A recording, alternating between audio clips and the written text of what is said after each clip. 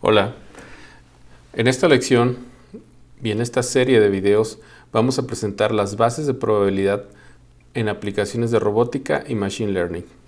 Esta es la primera lección de unas tantas donde vamos a explicar todo lo relacionado con probabilidad que es útil para la robótica y el tema de machine learning. Vamos a empezar a ver el día de hoy conjuntos. Bien. Este es el esquema de nuestra presentación del día de hoy. Vamos a ver en este video conjuntos y sus definiciones, las operaciones entre conjuntos, diagramas de Venn, el álgebra de conjuntos y dos conjuntos muy importantes que aparecen muy comúnmente, que son los conjuntos contables y los conjuntos no contables. Al final vamos a practicar lo aprendido el día de hoy mediante ciertos ejercicios donde vamos a repasar cada uno de estos temas. Bien, en la probabilidad se hace uso extensivo de las operaciones entre conjuntos, pero ¿qué es un conjunto? Bien, un conjunto es una colección de objetos.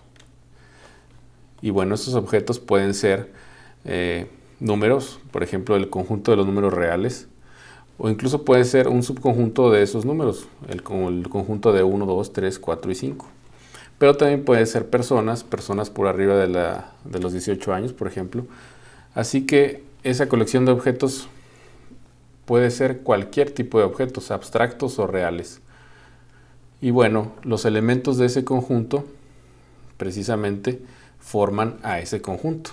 Bien, ahora vamos a ver una notación muy habitual que vamos a ver a lo largo de todos estos cursos.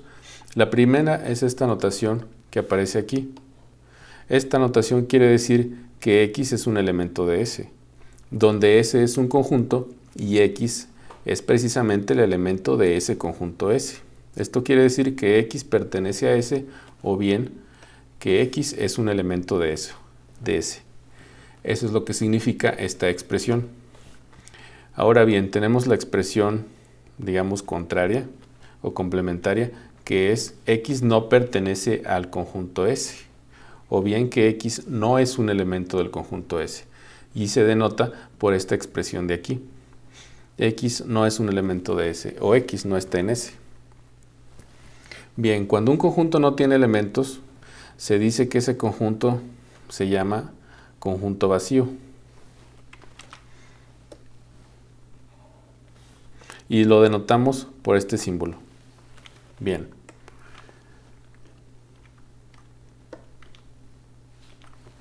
Ahora, vamos a tener un ejemplo donde vamos a tirar un dado.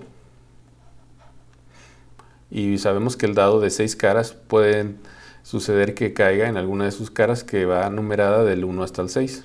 Bien, esta notación, cuando nosotros veamos que tenemos unos corchetes aquí, vamos a saber, al menos en el contexto de la probabilidad, que estamos hablando de un conjunto.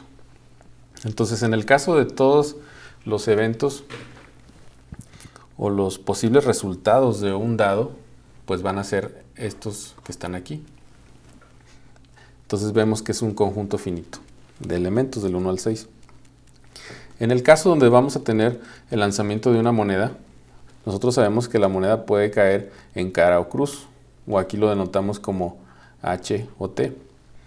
H quiere decir heads y T quiere decir tails. Bien, ahora, si S contiene un número infinito de elementos, esto es x1, x2, x3, x4 y así sucesivamente hasta el infinito, ellos pueden ser enumerados en una lista. Incluso puede haber elementos que son numerados mediante los enteros positivos. Entonces nosotros en este caso vamos a describir tal situación mediante la ecuación número 2. Entonces, ¿qué nos dice la ecuación número 2? Básicamente nos está diciendo que el conjunto S es un conjunto que está formado por un número infinito de elementos, x1, x2, etcétera, ¿no? Y entonces S se va a llamar un número contable infinito. Más adelante vamos a ver de qué se trata esto de contable. Bien, tenemos algunas definiciones importantes. También estos conjuntos se pueden definir mediante alguna propiedad.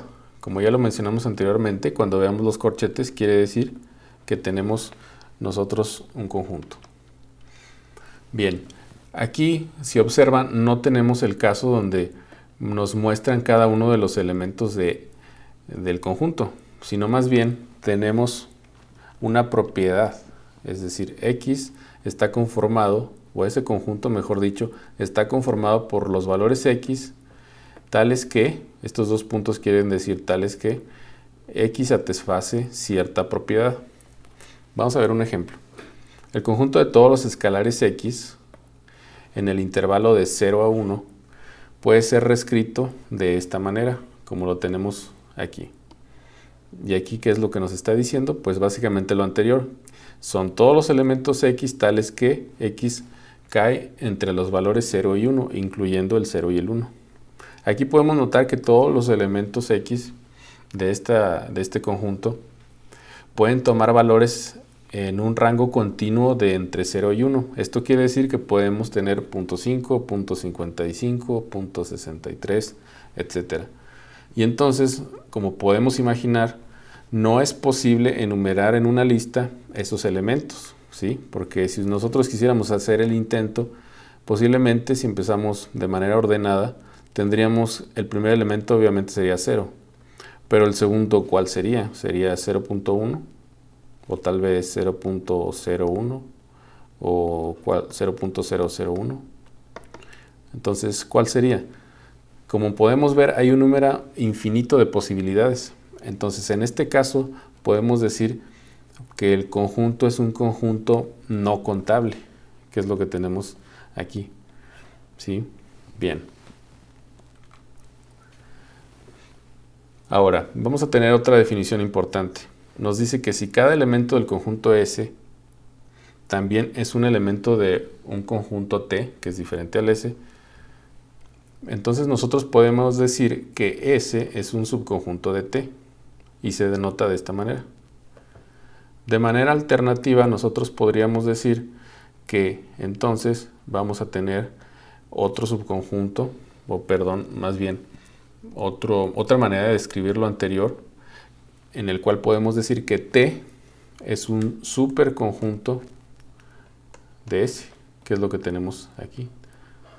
T es un superconjunto de S. Bien. Entonces, eso se denota de esta manera. T es superconjunto de S. Después, si nosotros sabemos que S es un subconjunto de T y que T es un subconjunto de S, bueno, lo que podemos concluir de estas dos expresiones es que ambos conjuntos son el mismo, o es decir, son iguales. Después tenemos el conjunto universal. Ese conjunto universal normalmente se define con el signo de omega, o la letra griega omega. Y este conjunto universal contiene todos los objetos que pueden ser de particular interés en algún ejemplo muy específico. Entonces, si recordamos el ejemplo de los dados, en ese caso, el conjunto universo sería 1, 2, 3, etcétera, hasta el 6. Y en el caso, este sería para el conjunto universo de un dado. Y el conjunto universo para una moneda, ese sería, como ya lo vimos, pues cara o cruz, ¿sí? Entonces el conjunto universo ya dependerá del problema en particular que estaremos tratando. Bien.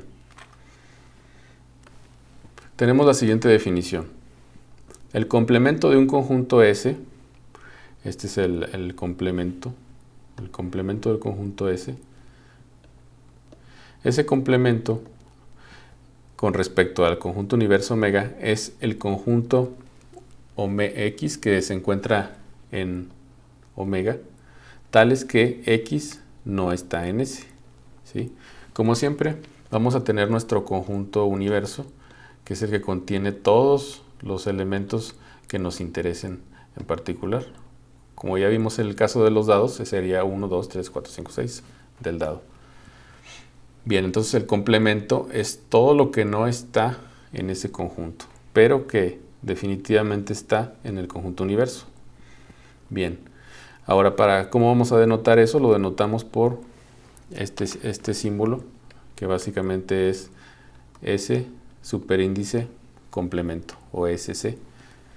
Y bueno, de esto podemos deducir que el complemento del conjunto universo pues es el vacío. Muy bien. Ahora, la unión de dos conjuntos, el S y T, es el conjunto de todos los elementos que pertenecen a S o a T, o incluso que pertenecen a ambos. Eso es posible también. Y bueno, eso se denota como S unión con T, ¿sí? Después tenemos otra definición muy relacionada con la anterior y dice lo siguiente: la intersección de dos conjuntos S y T es el conjunto de todos los elementos que pertenecen tanto a S como a T, es decir, a S y a T. Es muy importante.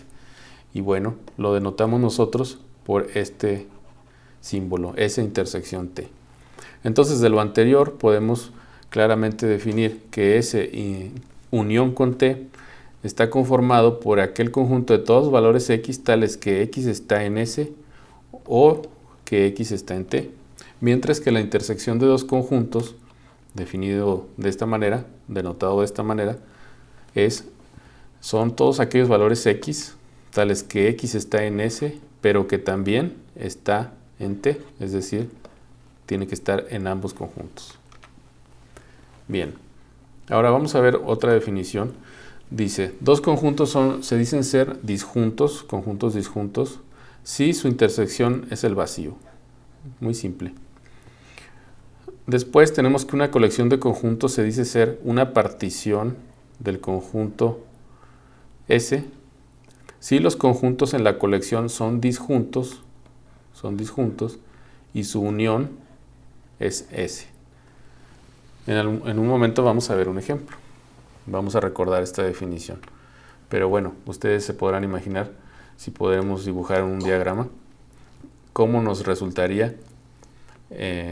Vamos a dibujarlo aquí. Por ejemplo, si este es el conjunto universo y nosotros tenemos aquí algunas particiones. Vamos a decir que tenemos 1, 2, 3 y 4. Cuatro particiones. Vamos a llamarlo A, B, C y D. Bien, entonces la unión de A, B, C y D nos da todo el conjunto universo.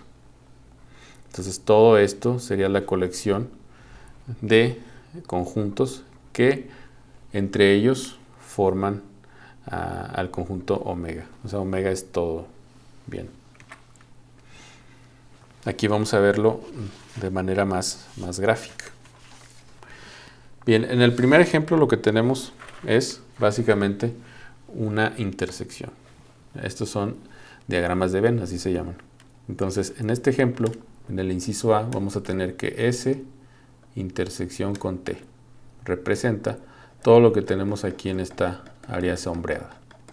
En el inciso B, fácilmente podemos ver que tenemos un conjunto S unión con T, que es todo lo gris. En el inciso C, podemos verlo si nosotros analizamos primeramente el conjunto S. ¿Sí? Si vemos el conjunto S, está prácticamente todo sombreado, excepto esta parte de aquí.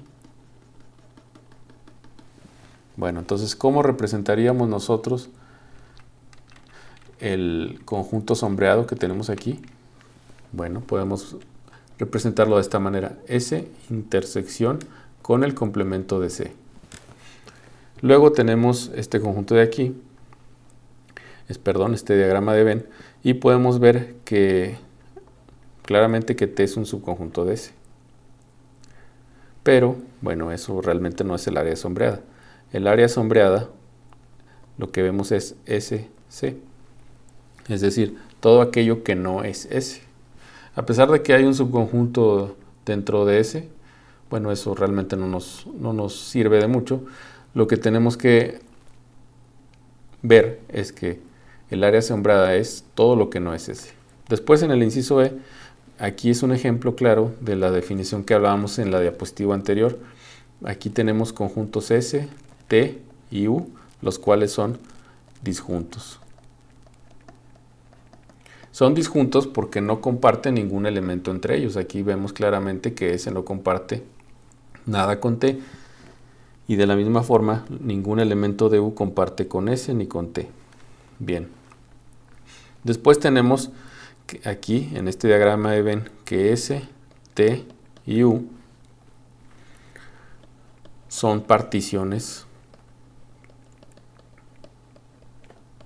del conjunto universo o del conjunto omega. ¿Por qué? Porque si vemos claramente, si calculamos nosotros las uniones, es decir, si hacemos esto, eso nos da, vamos a ver para no confundir, eso nos da el conjunto universo omega. Muy bien. Ahora vamos a ver el álgebra de conjuntos. Dentro del álgebra de conjuntos, lo que hacemos es operar con estos conjuntos, operar de diferentes maneras, así como lo vimos en el diagrama de Venn. Podemos tener uniones, intersecciones, complementos, conjunto universos, conjuntos vacíos y operaciones entre ellos.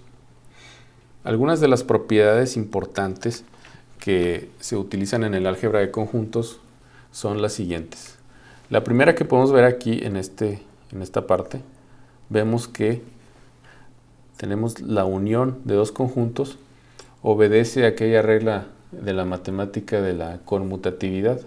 Esto quiere decir que nosotros podemos calcular la unión si primero tomamos el conjunto S y después lo unimos con T, o bien viceversa, primero T y después S. Así que es irrelevante en qué orden los calculemos, son iguales. Muy bien, luego tenemos otra regla que nos dice que la S intersección con otro conjunto que está conformado a su vez por la unión de ese mismo S con otro conjunto T nos va a dar igual a esta expresión que tenemos aquí. Entonces esto, si nosotros nos recordamos de las matemáticas, podemos ver que esto es algo muy similar a una propiedad de distribución o distributiva. Esto es que calculemos primeramente S intersección con T y posteriormente S intersección con S, que bueno, eso es intersección con S, no es otra cosa más que S, y realizar las operaciones subsecuentes, y básicamente lo que tendríamos es esta expresión de aquí. Muy bien, bueno, aquí me parece que hay un error, creo que debe ser U. Bueno, después tenemos esta expresión de aquí que nos dice que el complemento de S, y después aplicándole otra vez el complemento, nos resulta el mismo conjunto S, este de aquí. Después tenemos que la unión de un conjunto con el conjunto universo nos da el conjunto universo. Luego tenemos otras operaciones que son bastante útiles, por ejemplo esta que tenemos por aquí. Lo que nos dice es una propiedad de asociatividad. Fíjense cómo del lado derecho estamos básicamente asociando de esta forma. Y es una igualdad. Entonces esto es una propiedad asociativa. Después tenemos esta propiedad que no es otra cosa que la distributiva que teníamos de este lado. Pero en vez de utilizar intersecciones, utilizamos ahora uniones, ¿sí? O sea, cambiamos las uniones por intersecciones y viceversa. Después tenemos esta que nos dice que la intersección de S con su complemento es el vacío. Y esto es muy claro dado que S y ese complemento son conjuntos disjuntos. Después la intersección de S con el conjunto universo pues nos da S. Bien. Ahora tenemos las leyes de De Morgan, que básicamente nos explican estas dos expresiones que tenemos aquí. Esta es la primera. Y si observan aquí, tenemos una relación de complementos, uniones e intersecciones. Del lado izquierdo de esta ecuación podemos ver que se trata de la unión de un conjunto finito de conjuntos. Esto es, podemos tener S1, S2, S3, etcétera, hasta Sn, o sea, una serie de conjuntos. Y si unimos todos esos conjuntos, es decir, si esta operación que tenemos aquí, y a lo que nos resulte obtenemos un complemento, esto va a ser igual a que si inicialmente sacamos los complementos de cada uno de estos conjuntos y le hacemos la intersección entre ellos, ¿sí? Y eso resulta ser una igualdad. Esto se puede probar.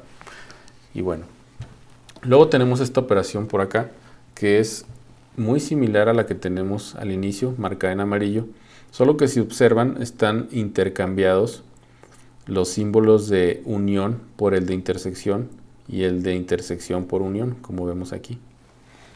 Y entonces estas son las leyes de De Morgan. Ahora vamos a ver unos términos, un tipo de conjuntos muy importantes que son los conjuntos contables y los conjuntos no contables. Para ello vamos a hablar primero de lo que es cardinalidad. La cardinalidad no es otra cosa más que el número de elementos del conjunto, o también llamado así como el tamaño del conjunto, y se va a definir por este símbolo, que es básicamente el conjunto del que estamos hablando entre dos barras. Para hablar de estos temas, primero necesitamos separarlo en dos partes. La primera de ellas va a ser el conjunto, o cuando hablamos de conjuntos finitos. Entonces en este caso vamos a considerar un conjunto A, y bueno, si A tiene solamente un número finito, muy importante, son números finitos de elementos, su cardinalidad no es otra cosa más que el número de elementos de A. Así, por ejemplo, si nosotros tenemos que A es igual a 2, 4, 6, 8 y 10, su cardinalidad es el número de elementos que tenemos, que sería 1, 2, 3, 4 y 5. Así que la cardinalidad de ese conjunto en particular, que recuerden es finito, es igual a 5. Después tenemos un principio de exclusión, inclusión o inclusión-exclusión, y nos dice lo siguiente: la cardinalidad de la unión de dos conjuntos es igual a la cardinalidad de cada uno de esos conjuntos, pero le tenemos que restar la cardinalidad de su intersección. Esto lo podemos ver de manera más práctica en estos diagramas de Venn. Aquí tenemos los conjuntos A y el conjunto B. Y bueno, vamos a calcular su cardinalidad, que en el caso de ser conjuntos finitos estaríamos hablando del número de elementos que tiene A unión B, es decir, este de aquí. Todo el área gris que tenemos en este primer diagrama de Venn. Bien. Entonces, si observan, esto de aquí es básicamente el lado izquierdo de la ecuación. Esto. Entonces, el lado derecho nos dice que es igual a la cardinalidad de A más la cardinalidad de B, que es lo que tenemos aquí. Esto sería la cardinalidad de A y este sería la cardinalidad de B. Y lo sumamos. Pero hay un asunto acá, que es el que está encerrado en azul. Le estamos restando la cardinalidad de la intersección de esos dos conjuntos, que básicamente es la cardinalidad de este conjunto que estoy marcando en azul. Ahora, ¿por qué se tendrá que quitar ese símbolo? Obviamente, si esto es básicamente lo mismo que tenemos acá, solamente que estamos pasando este término del lado izquierdo, por eso aquí tenemos un más. Bien. Ahora, ¿por qué será que estaremos restando este término? Bueno, pues resulta que nosotros al sumar la cardinalidad de A más la cardinalidad de B, es como si estuviéramos sumando ya dos veces este término de aquí. Entonces se hace redundante, por lo que hay que quitarlo al menos una vez, y de esa forma nosotros estaríamos obteniendo la cardinalidad de A unión B. De hecho, eso se ve aquí. Si observan, esta área está repetida acá y la estamos sumando, entonces por eso pasa restando. Bien. Ahora, todo esto nosotros lo podemos extrapolar a más conjuntos. Aquí habían solo dos conjuntos. Sin embargo, pues esto podemos usarlo para 3, 4, 5 y un número muy grande de conjuntos, el que ustedes quieran. Y si observan, la ecuación obedece prácticamente la misma idea. Es la cardinalidad de cada uno de los conjuntos de manera independiente, que sería esto que tenemos acá, menos las intersecciones de cada uno de esos conjuntos con cada uno de esos conjuntos, que sería este término de aquí. Pero después también tenemos este término de acá, que se suma a intersección B intersecciones de C, es decir, la suma de la cardinalidad de la suma de la intersección de todos los conjuntos. Y eso, si lo podemos expresar de una manera más general para un número n de conjuntos, se queda expresado de esta manera. Y si observan, toda esta expresión obedece esta lógica que estamos llevando acá arriba. Bien.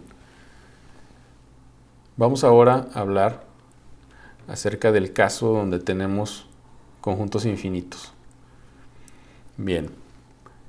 Vamos a decir que el conjunto A es un conjunto contable. Y eso va a suceder si alguno de los dos casos es verdad. El primero sucede si es un conjunto finito. Esto es que la cardinalidad sea finita, como ya vimos en el caso anterior. El otro caso sucede cuando podemos asignar una correspondencia 1 a 1 con los números naturales. Es decir, que existe una correspondencia 1 a 1 del conjunto del cual estamos hablando con el conjunto de los números naturales. Recordemos que el conjunto de los números naturales, que se define así, es igual a 1, 2, 3, 4, 5, etc. Entonces n es un conjunto infinito. Entonces nosotros hablamos de conjuntos contables cuando ya sea una de las dos cosas sucedan, cuando la cardinalidad es finita, que es este caso, o bien cuando existe una relación 1 a 1 del conjunto del cual estamos hablando con el conjunto de los números naturales, que sería el caso número 2. Después vamos a tener el caso donde un conjunto se llama no contable y va a ser simplemente cuando no sea contable. Bien, vamos a ver un teorema importante. El teorema nos dice lo siguiente: cualquier subconjunto de un conjunto contable, ¿qué pasa con ese conjunto? Es también contable. Es decir, que si nosotros tenemos un conjunto que sabemos que es contable, cualquier subconjunto de ese conjunto también será contable. Bien, vamos a demostrar esto. Primeramente vamos a definir A. A va a ser el conjunto contable. Y después vamos a definir que ese conjunto contable posee un subconjunto B. Y eso, como ya aprendimos, se define así. B es un subconjunto de A. Nuestra labor es demostrar que B efectivamente también es contable. Para demostrarlo, vamos a dividirlo en dos casos. El primer caso va a ser cuando A sea finito, ¿sí? Y el segundo va a ser cuando A sea contablemente infinito, que es este caso. Bien. Para el primer caso, vamos a decir entonces que si nosotros sabemos que A es finito, por el caso que ya vimos en la presentación anterior, entonces evidentemente la cardinalidad de B será menor o igual que A. Y entonces su cardinalidad va a ser finita. Por lo tanto, evidentemente va a ser B contable. Ahora vamos a ver el caso donde A es contablemente infinito, o que A sea infinitamente contable. Observen cómo estamos aquí tratando el caso de finito e infinito. ¿Por qué? Porque el teorema no nos habla de caso finito o infinito. Así que tendremos que tratar ambos casos. Entonces, cuando tenemos que A es infinitamente contable o contablemente infinito, entonces podemos listar los elementos en A, removiendo aquellos elementos de la lista que no estén en B. ¿Por qué? Por la definición que ya vimos de conjuntos contables infinitos. Recuerden que tiene que haber una relación 1 a 1 entre ese conjunto, que en este caso sería A, con el conjunto de los números naturales. Y entonces, de esta manera se ve muy claramente que podemos obtener una lista para B, y esa B sería contable. Bien. Vamos a ver otro teorema importante. Este teorema nos dice lo siguiente.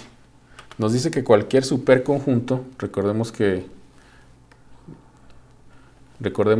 el conjunto A intersección con B, esto nos dice que A es subconjunto de B, pero también que B es un superconjunto de A. Bien. Entonces, el teorema 17 nos dice que cualquier superconjunto de un conjunto que es contable resulta ser no contable. Bien, vamos a demostrar esto. Para esto podemos utilizar la prueba del teorema anterior y vamos a utilizar una técnica en matemáticas que se llama la técnica o la prueba por contradicción. Entonces vamos a recordar lo que nos decía el teorema 17. Nos decía que A es un conjunto contable y que B es un subconjunto de A. Entonces podemos anotar esto aquí. A contable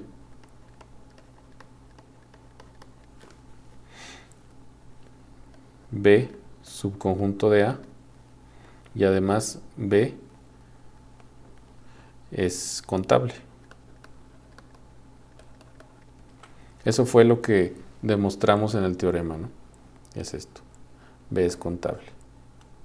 Esto de aquí. Bien. Para términos prácticos, lo que nosotros vimos en el primer teorema fue que A sea un conjunto contable y que B es un subconjunto de A. Bien, entonces esto es lo que teníamos y nos pedían demostrar que B también es contable. Bueno, vamos a partir de aquí y vamos a ahora suponer lo contrario, o sea, lo contrario que ya está demostrado en el teorema 16. Lo contrario se refiere a que B no es contable, porque recuerden que en el teorema 16 demostramos que B es contable. Entonces vamos a suponer que B no es contable. Bien. ¿Por qué estamos suponiendo esto? Estamos suponiendo el negado de la conclusión que nos llevó el teorema 16. Esto es parte de la técnica de contradicción. Entonces, a partir de estas informaciones vamos a tratar de llegar a una contradicción, ¿sí? Entonces, si suponemos que B no es contable y que B es un subconjunto de A, como ya lo estamos anotando aquí, y además que A es contable, o sea, esto es básicamente la primera parte de la demostración del teorema 16. Entonces, nosotros sabemos de ese teorema que B también es contable, ¿sí? Pero nosotros estábamos suponiendo que B no es contable. Entonces no pueden darse las dos cosas. Nuestra hipótesis fue que B no es contable, sin embargo el teorema 16 nos dice que B es contable. Así que esto es una contradicción y la demostración queda resuelta. Bien, ahora vamos a ver unos ejercicios donde vamos a repasar lo aprendido en este video. Vamos a analizar primero lo que nos dice este ejercicio número 1. Nos dice, considere un dado de 6 lados, y vamos a decir que A es un conjunto de resultados donde el dado resulta ser que cae en una cara par, es decir, sabemos que el dado tiene de 6 lados, tiene 1, 2, 3, 4, 5, 6, entonces este conjunto A tendría que ser definido de esta manera. A igual todos los números pares, que serían 2, 4 y 6.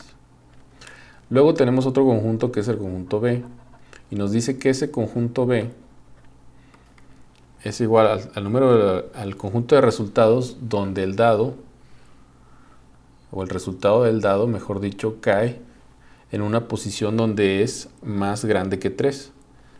Entonces nosotros sabemos que más grande que 3 para un dado de 6 caras es 4, 5 y 6. Bien. Ahora, hasta aquí tenemos los datos del problema, que son básicamente estos. El problema nos pide calcular y comparar los conjuntos de ambos lados de las leyes de De Morgan. Entonces hay que comprobar esto y esto para estos valores. Bien. Vamos a calcular primeramente A unión con B. A unión con B. A unión con B claramente nos da 2, 4, 5, 6. Después podemos calcular, bueno, ¿por qué estamos haciendo esto? Porque nosotros tenemos aquí como un actor principal A unión con B. Y también tenemos como un actor principal A unión con B, pero todo eso complemento, que es básicamente esto de aquí. Entonces vamos a calcularlo. Vamos a tener A unión con B, todo eso complemento, y eso va a ser igual a 1,3. Eso lo pueden verificar, es muy sencillo. Después también vamos a calcular la siguiente expresión, que es A complemento intersección B complemento. ¿Y eso qué es? Pues es lo que está aquí. Bien. Eso es básicamente lo siguiente. Como nosotros ya tenemos A, podemos sacar A complemento de manera muy sencilla. Serían todos los números impares, 1, 3 y 5. La intersección con 1, 2 y 3. Y eso, el resultado es 1, 3. De manera similar, nosotros ahora necesitamos A intersección con B. Y eso es muy evidente, es 4 y 6. Entonces, lo único que nos resta por hacer en este paso sería calcular A intersección B complemento, es decir, este de aquí. Entonces, A intersección B, todo eso en complemento va a ser igual a 1, 2, 3, 4 y 5. Por otro lado, nosotros sabemos que A complemento unión con B complemento es igual a 1, 3, 5 unión con 1, 2, 3. Y eso nos da como resultado 1, 2, 3 y 5. Bien. Entonces, ¿qué hemos hecho hasta acá? Vamos a verificar lo que acabamos de hacer. Esta parte de aquí, que es A unión B complemento, la calculamos de este lado. Y nos da 1,3. Y A complemento intersección B complemento lo calculamos aquí. A complemento intersección B complemento, y como podemos observar nos da exactamente lo mismo. Bien, entonces este queda resuelto. Después tenemos A intersección B, todo eso complemento, y eso nos da este que está aquí en verde. Y después A complemento unión con B complemento, que es este de aquí, nos da este resultado. Entonces, como podemos ver, las igualdades se cumplen para este ejemplo. Ejercicio número 2. Vamos a decir que A y B son dos conjuntos. Lo que se nos pide demostrar es que se cumplan estas dos igualdades. Bien. Para ello vamos a utilizar los diagramas de Venn. ¿Qué pasa si nosotros dibujamos un diagrama de Venn así? Vamos a dibujar un conjunto S y un conjunto T. este es S y este es T. Obviamente todo es el conjunto universo. Bien, vamos ahora a marcar su intersección primeramente. Esta intersección, vamos a llamarlo, este conjunto en verde, S intersección T. Después vamos a tener otro conjunto, que es un subconjunto de S, que sería este.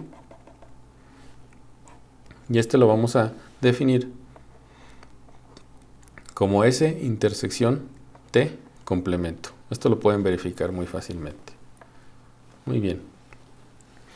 Ahora, ¿qué es lo que podemos ver aquí? Si observan, nosotros podemos escribir a partir de este diagrama de Venn la S o ese conjunto S de la siguiente manera. S va a ser definido así: S intersección con T unión S intersección con el complemento de T. Entonces, si ven, estamos utilizando estos dos de acá para expresar el mismo conjunto. Entonces, a partir de esta igualdad que se ve claramente demostrable por el diagrama de Venn, vamos a nosotros ahora a llegar a esta expresión primera. Bien, aquí es muy fácil ver que si nosotros simplemente damos el valor de S es igual a A complemento y que T sea ahora igual a B, simplemente sustituyendo estos valores en esta expresión, fácilmente podemos ver que llegamos a demostrar que esta expresión de aquí se cumple.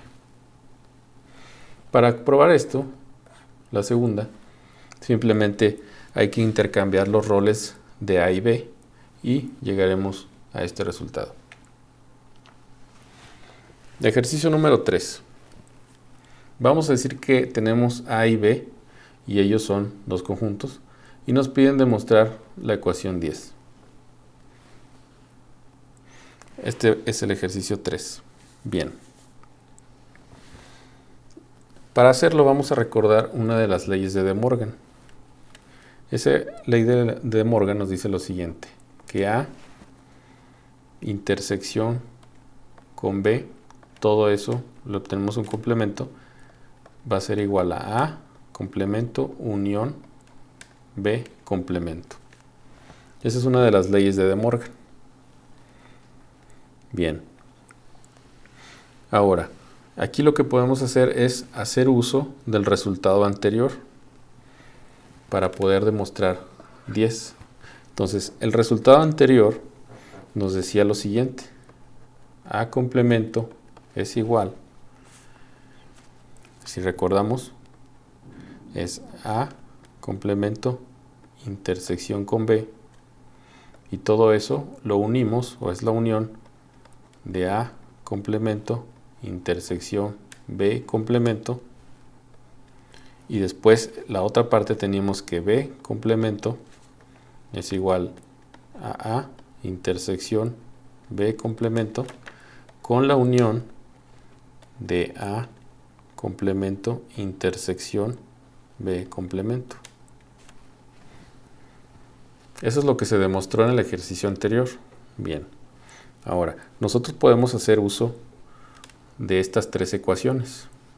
Entonces, de esas tres ecuaciones nosotros vamos a ver que A intersección con B complemento, haciendo uso de esta de aquí, pero sustituyendo estos valores, vamos a tener lo siguiente. Vamos a poner aquí A complemento.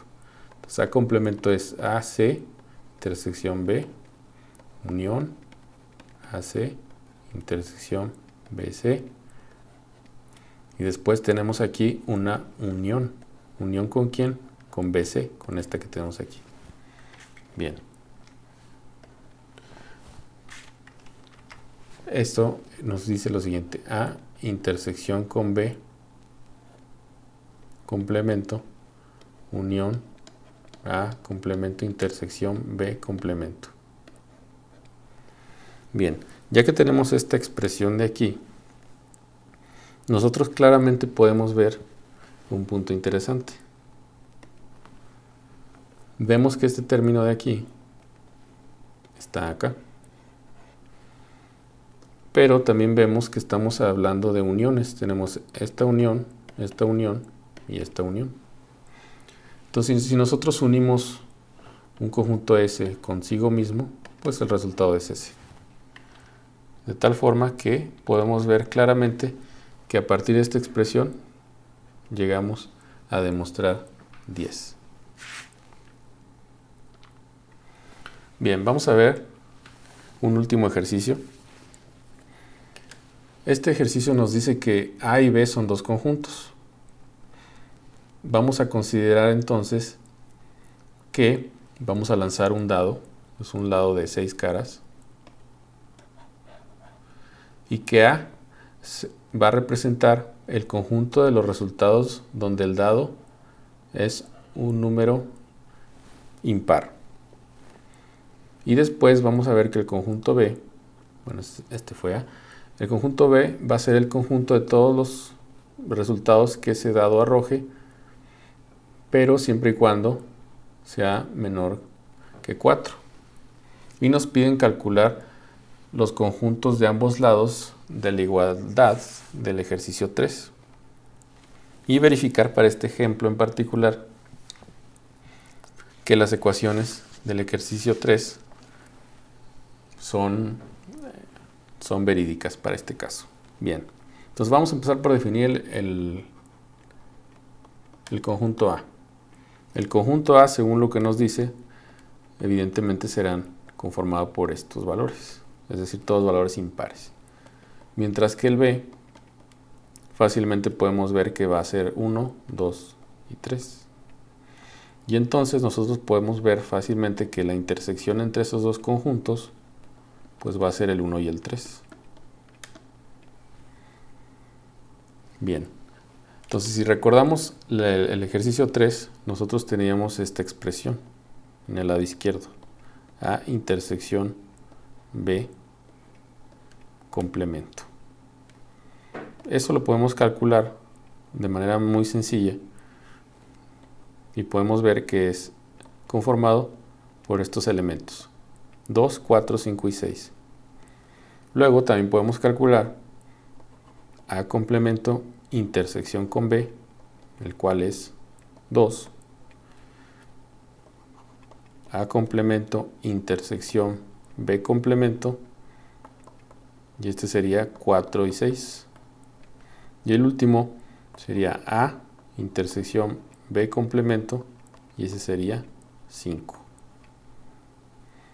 Bien, aquí para verificar el ejercicio anterior, pero con este ejemplo, nos hacemos valer de esta expresión. A intersección con B complemento, de esto es igual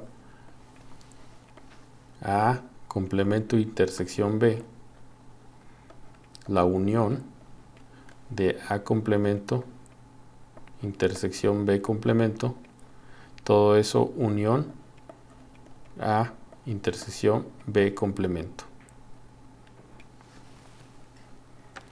Y haciendo uso de estos valores se puede fácilmente verificar que en efecto la igualdad del ejercicio 3 se comprueba para los valores de A y B.